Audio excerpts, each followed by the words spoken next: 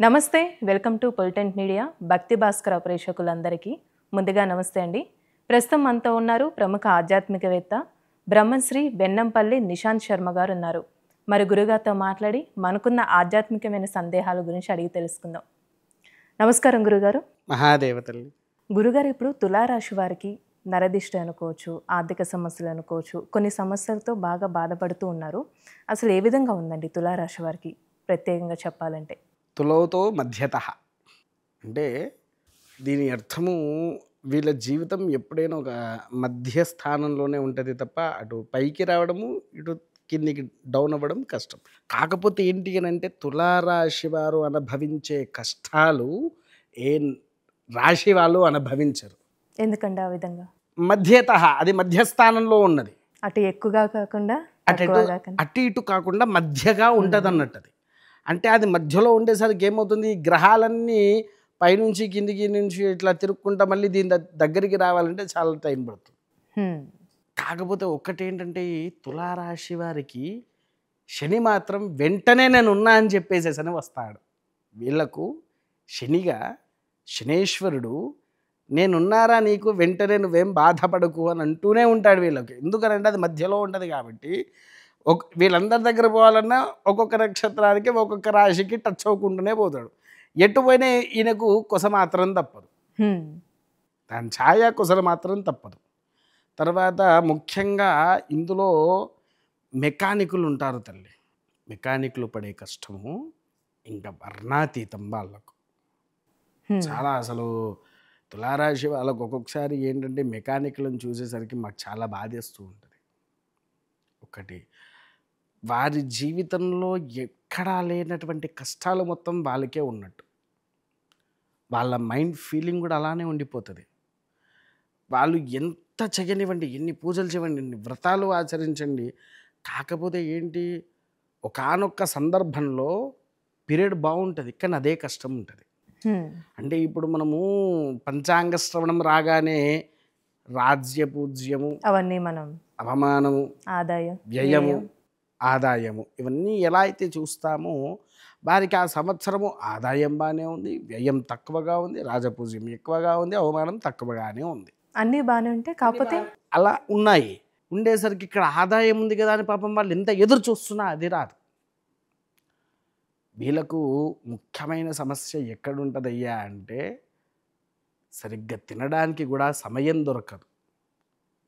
సమయానికంటే ముఖ్యంగా చెప్పాల్సింది ఏంటి అని అంటే వారి చేతుల్లో ఉన్న డబ్బులు ఏవైతే ఉన్నాయో ఇలా కళ్ళు మూసి ఇలా తెరిచేలోపు ఆ డబ్బులు మటుమాయం, అలా ఖర్చు అయిపోతాయి వారి చేతుల్లో. కూడా ఒక్క రూపాయి కూడా మిగిలే అవకాశం అనేటువంటిది ఉండదు. అది మిగలడానికి మళ్ళీ అది రావడానికి వాళ్ళు ఎంతో కష్టపడాలి, ఎంతో అది చేసుకోవాలి. కాబట్టి వారికి ఇవన్నీ విధానంలో వారికి ఉంటూ ఉంటుంది. తర్వాత ఇంకొకటి ఏంటి అని అంటే తుల అంటే ఏంటిది తల్లి? ఇంకా తూకం వేసేది సింబల్, మనకి తూకం వేసేది. అయితే బరువుగా ఉంటుంది, లేకపోతే అల్కగా ఉంటుంది వాళ్ళ జీవితం. అందుకోసం అది ఎప్పుడైనా మధ్యతరంగా ఉంటుంది. మళ్ళీ ఈ బరువుని లెవెల్ చేయాలంటే ఇటువైపు కూడా బరువు రావాలి కదా, అప్పుడైతే అవి రెండు సమానంగా అవుతూ ఉంటాయి. అవునా? అవును. అలా వీళ్ళకు కష్టము ఒకటి ఉంటుంది, సుఖము రెండు కలిపి ఒక్కటే. ఒక్కొక్కసారి ఏంటంటే బరువు ఎక్కువైనప్పుడు కష్టం ఎక్కువైపోతుంది. అలా అంతే తప్ప వేరే ఏముండదు. కాకపోతే వీరు ఎక్కువగా పూజించవలసినటువంటి భగవంతుడు ఎవరయ్యా అంటే తులారాశి వారు హనుమంతుల వారికి ప్రతి మంగళవారం చందనం వేయించడము, వెంకటేశ్వర స్వామి వారికి తులసీదల ఆరాధన చేయడం చాలా విశేషం ఇందులో. తర్వాత రెండోది, ప్రమోషన్ల కోసం ఎదురు చూస్తున్నటువంటి ఉద్యోగస్తులు ఎవరైతే ఉన్నారో అసలు దొరకడం కష్టం వాళ్ళకు ప్రమోషన్. పాపం వీరికి వచ్చే చోట అది మిస్ అయ్యి వేరే ఎవరికో వెళ్ళిపోవడం, అలా ఎన్నో కష్టాలు పడుతూ ఉంటారు. సినీ రంగంలో, వ్యాపార రంగంలో ఉండే వాళ్ళకైతే లేని అనారోగ్య సమస్యలు అనేటువంటిది ప్రారంభమవుతాయి. ఆరోగ్య సమస్యలు అంటూ ఉంటాయి. ఆరోగ్య సమస్య. అదేవిధంగా గురుగారు, ఈ రాశి వారికి సంబంధించి వివాహం అసలు ఏ విధంగా ఉంటుంది వీళ్ళ జీవితం చూసుకున్నట్లయితే? వైవాహిక జీవితం అంటే తల్లి వివాహం అవ్వడానికి అడుగుతున్నావా, పెళ్ళైన వారి గురించి? పెళ్ళైన వాళ్ళకి, పెళ్ళి కాని వాళ్ళకి ఎలా ఉంటుందని? పెళ్ళి కాని వారికి ఇప్పుడు మంచి గడియలు ఉన్నాయి, పెళ్ళయ్యే అవకాశాలు చాలా మాటికి ఉన్నాయి. ఇంకొకటి ఏంటంటే పెళ్ళైన వారు ఏ విధంగా ఉంటారు అని అంటే పాలల్లో నీళ్ళు కలుస్తాయి, అవునా? హ్మ్. కానీ పాలు విరిగిపోతే నీళ్ళకు నీళ్ళే, పాలకు పాలే విడిపోతాయి. విడిపోతాయి. అదే వ్యవస్థ ఉంటుంది తల్లి. హ్మ్. మళ్ళీ దాన్ని తోడు వేస్తే పెరుగు లెక్క ఎంత గట్టిగా ఉంటారో అంత గట్టిగా ఉంటారు. కాకపోతే ఏంటంటే అన్యోన్యమైన దాంపత్య జీవితంలోనే ఉంటారు, సకల రక్షణగా ఉంటారు. ఒక్కొక్క విషయంలో ఏంటి అనంటే భార్య భర్తను ప్రోత్సహిస్తుంది.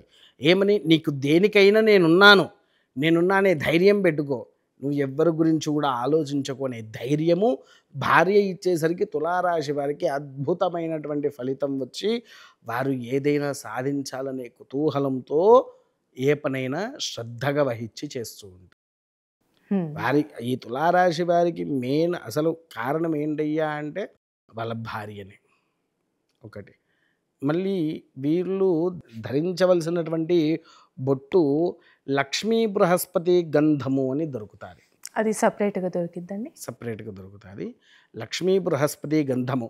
ఆ గంధాన్ని వీళ్ళైతే ఎప్పుడైతే పెట్టుకుంటారో వీళ్ళకు ఉండేటువంటి అప్పు బాధలు తొందరగా నెరవేరుతాయి తల్లి. హుహుహు. చాలా, ఎందుకనంటే తులారాశి మధ్యస్థానంలో ఉంటుంది కాబట్టి వీళ్ళకి అప్పులు ఎక్కువ. హ్మ్. ఆ అప్పులు తీరడానికి కోసము ఈ లక్ష్మీ బృహస్పతి గంధం ఏదైతే ఉందో దాన్ని వీళ్ళు వాడుతూ ఉంటే దానికి సకల యోగ్యతగా లభిస్తూ ఉంటుంది తల్లి. అలానే ఆంజనేయ స్వామికి చెప్పారు. వెంకటేశ్వర స్వామిని ఆరాధిస్తే మంచిది ఆరాధిస్తే తులారాశి మంచిది. వారికి.